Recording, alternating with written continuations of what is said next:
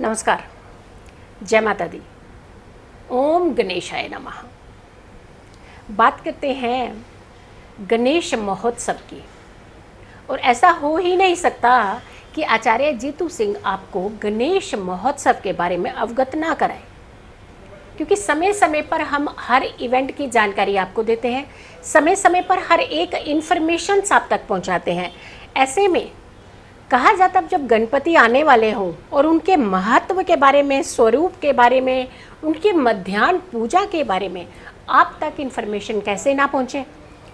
देखिए जी, 10 दिनों तक चलने वाले इस गणेश महोत्सव की अगर हम बात करते हैं तो 22 अगस्त से गणेश चतुर्थी व्रत के साथ इसका शुरुआत होती है और इसका समापन होता है अनंत चतुर्दशी के साथ। यानी 1 सितंबर तक, 22 अगस्त से लेकर के 1 सितंबर तक चलने वाला ये जो महोत्सव है, ये गणपति महोत्सव आपके जीवन में हमेशा खुशियों की एक लाइन लगा देते हैं। लेकिन हमें ज़रूरत होती है कुछ सावधानियों की, कुछ प्रिकॉशंस की, साथ के साथ सही जानकारी, सही विधि विधान की।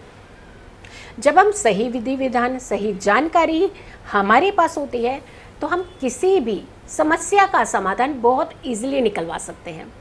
चलिए शुरुआत कर देते हैं कि गणेश चतुर्थी व्रत की अगर हम बात करते हैं तो हर साल भाद्रपद शुक्ल पक्ष की चतुर्थी से, इस तिथि से शुरुआत हो जाती है गणेश महोत्सव की। अगर हम बात करते हैं कि मध्याह्न काल की बात करते हैं कि मध्याह्न काल का महत्व इतना ज़्यादा क्यों है, हम मध्य काल में ही ज़्यादा पूजा क्यों करते हैं गणपति की, क्योंकि गणपति का जन्म जो है वो मान्यता है कि गणेश जी का जन्म मध्याह्न में हुआ था, इसीलिए इस पूजा का महत्व और ज़्यादा बढ़ जाता है। और पूजा की अगर कि हम बात करते हैं तो ये पूजा जो अवधि है इसकी अनंत चतुर्थी तक चलती है, अनंत चतुर्दशी तक चलती है। चतुर्थी से शुरू होती है, अनंत चतुर्दशी तक ये तिथि चलती है, तो 10 दिन लगातार इसकी पूजा का महत्व है। धरती पर निवास करते हैं भगवान गणपति, प्रथम पूजनीय देवता, और धरती पर हों तो ऐसे में आपकी मनोकामनाएं कैसे पूर्ण नहीं होंगी। सिर्फ ज़रूरत है धैर्य की, अपनी सभ्यता की, संस्कृति को मेंटेन करने की, और साथ के साथ सात्विक रहने की, गुणगान करते रहने की, और बहुत ही निश्चय से हर मनोकामना को मनवाने की श्रद्धा आपके अंदर होनी चाहिए। मध्याह्न की पूजा की हम अगर बात करते हैं तो हमने आपको ये बताया कि मध्य काल में ही इनका जन्म हुआ था, इसीलिए आपको मध्याह्न की पूजा करनी थी। यानी सूर्य अस्त से पहले और सूर्य उदय के बाद ये पूरा दिन जो होता है, और लगभग कहा जाता है कि 12 बजे के आसपास का पक्ष अगर आप उठाते हैं तो ये सबसे उत्तम पक्ष माना जाता है पूजा करने का। 5 भागों में अगर हम अवधि को बराबर हिस्सों में बांट देते हैं, प्रातःकाल, संध्या जिसे मध्याह्न, और अपराह्न, सायंकाल, ये 5 हिस्सों में इन्हें हम जब बांट देते हैं तो मध्याह्न जो समय होता है गणेश पूजा का अति उत्तम समय माना जाता है। स्वरूप की बात करते हैं और महत्व की बात करते हैं। भगवान गणेश देवताओं, देवी देवताओं से बिल्कुल अलग, यानी एकदम भिन्न देवता माने जाते हैं। 33 करोड़ देवी देवताओं से इनकी पूजा सबसे पहले की जाती है, प्रथम पूजनीय इसीलिए इन्हें कहा जाता है। इनकी कुछ और चीज़ें आपको बताते हैं कि खासियत इनकी क्या है। सूंड की बात करते हैं हम कि बाईं सूंड हमेशा कहा जाता है कि शुभ मानी जाती है। लेफ्ट साइड की जो सूंड इनका जो रूप का, स्वरूप का जो इनका ट्रंक है, जो इनकी सूंड है, अगर कहा जाता है कि बाईं तरफ होती है तो वो सबसे ज़्यादा अच्छी पूजनीय मानी जाती है, ज़्यादा इसकी इम्पोर्टेंस मानी जाती है। लंबोदर यानी लंबा बड़ा पेट इनका, हर बात को पचा लेना, डाइजेस्ट कर लेना। इधर कितनी सारी समस्याएं हम रखते हैं उनके सामने, कितनी सारी अपनी इच्छाएं रखते हैं, वो सारी अपने में समेट लेते हैं और फिर एक एक एक एक आपकी सारी इच्छाओं को पूर्ण करते हैं। इसका दूसरा पहलू भी अगर देखते हैं कि बड़ा पेट का मतलब कहा जाता है अक्सर कि दूसरों की बातों को हाइड करना, छुपा कर रखना, संजो कर रखना। ये नहीं कि मेरे को किसी ने बात बताई तो मैंने आधे घंटे में सब तक पहुंचा दी, तो ये नहीं उनकी खासियत है। उन्होंने अपने महत्व के अंदर ये चीज़ भी बताई है कि दूसरों की बातों को संजो कर रखना, ना कि उसे जग उजागर करना, ये भी उनकी पूजा के अंदर एक निश्चय के अंदर आता है। लंबे कान की बात करते हैं तो सौभाग्य के सूचक तो माने ही जाते हैं। कहा जाता है कि जिनके कान थोड़े बड़े होते हैं ये बहुत लकी लोग भी होते हैं। लेकिन हम गणेश जी की अगर हम बात करते हैं तो लंबे कान हमेशा सौभाग्य का ही सूचक माने जाते हैं।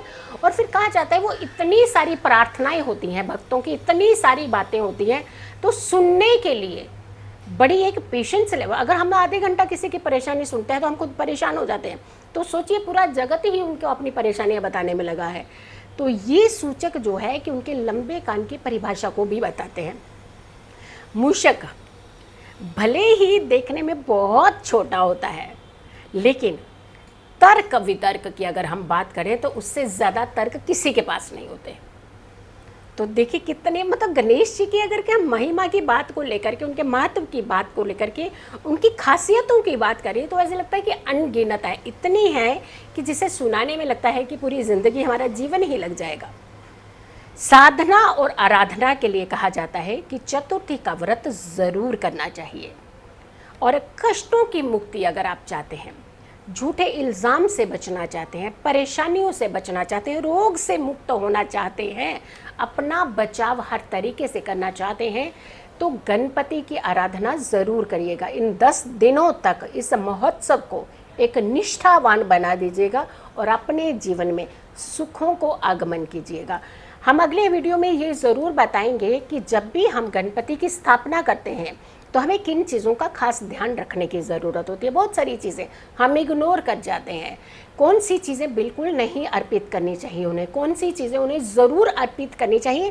देखिए ज़रूरी नहीं होता कि 10 दिन तक लगातार आप इस पूजा को कई बार नहीं कर सकते हैं। कुछ ऐसी सिचुएशन होती हैं, कभी आप बाहर हैं, कोई घर की समस्याएँ हैं, लेकिन कहा जाता है 3 दिन, 5 दिन, 7 दिन या फिर 10 दिन, अगर 3 दिन भी लगातार निष्ठा से आप भगवान गणपति का आगमन कर लेते हैं तो यकीन मानिए आपके जीवन की मुख्य समस्याएं तो वो वैसे ही बिल्कुल साइड पे कर देते हैं।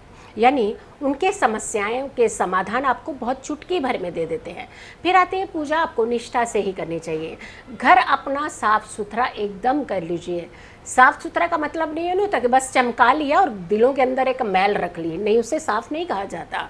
हमें जब भी साफ सफाई की शुद्धता की बात करते हैं तो हमारी आंतरिक शुद्धि सबसे पहले नंबर पर आती है। यानी हमारी अंतरात्मा की शुद्धि, हमारे विचारों की शुद्धि, हमारी मानसिक स्थिति की शुद्धि, और फिर आती है घर की बात, घर की शुद्धि। फिर तीसरी बात आती है जो बहुत ही इम्पॉर्टेंट बात होती है कि जब भी हम पूजा आराधना की बात करते हैं तो हम ज़्यादातर कोशिश करते हैं कि हमारे बुज़ुर्ग जो है उनको पीछे कर देते हैं। तो यकीन मानिए गणपति कभी नहीं मानेंगे। किसी भी पूजा में जब हम अपने बुज़ुर्गों का उत्तम स्थान नहीं देते हैं, हमने बड़ों का आदर नहीं करते हैं, उन्हें निरादर की ओर लेकर के जाते हैं, यकीन मानिए उस घर की पूजा कभी सफल नहीं होती। चाहे आप घंटों माला जपते रहिए, राम राम करते रहिए, अपने जीवन में कुछ भी करना शुरू कर दीजिए। जब तक आपके विचार शुद्ध ना हो, आपकी आंतरिक शुद्धि ना हो, स्वच्छता ना हो और साथ के साथ सात्विकता ना हो, तब तक किसी भी पूजा का विधान पूरा नहीं होता है। तो ये सारी चीज़ें हमने आपको बता दी हैं कि पहले ही कि आपको गणपति अगर आपने अपने घर में बिठाने हैं, इनका बिल्कुल जल्दी से महोत्सव शुरू होने जा रहा है, तो आपने किन चीज़ों का खास ध्यान रखना है। और फिर एक और चीज़ आपको बताने कि गणेश चतुर्थी का कहा जाता है चांद नहीं देखना चाहिए। इसके पीछे बहुत बड़ा रहस्य है। बिल्कुल नहीं देखना चाहिए। उस दिन गणेश चतुर्थी के चांद के दर्शन नहीं किए जाते हैं। कितना बड़ा महोत्सव शुरू होता है, गणपति धरती पर विराजित होते हैं, लेकिन कहा जाता है चांद दर्शन नहीं करने। भाई इसके पीछे ऐसा क्या राज है? कुछ तो ऐसी कहानी है जिसके बहुत बड़े कलंक के घेरे में आते हो। इसकी पूरी विशेषता हम आपको अगली वीडियो में ज़रूर बताएंगे कि क्या ऐसा होता है जिसकी वजह से हमें कंट्रोल करना है कि हमें गणपति यानी गणेश चतुर्थी का चांद नहीं देखना है। जल्दी हाजिर होंगे एक अच्छी वीडियो के साथ। तब तक के लिए आप मुझे इजाज़त दें। आप मुझे संपर्क करना चाहते हैं तो नीचे दिए नंबरों पर संपर्क भी कर सकते हैं, आप मैसेज डाल सकते हैं, बहुत सारे लोगों को वीडियो शेयर कर सकते हैं। नमस्कार।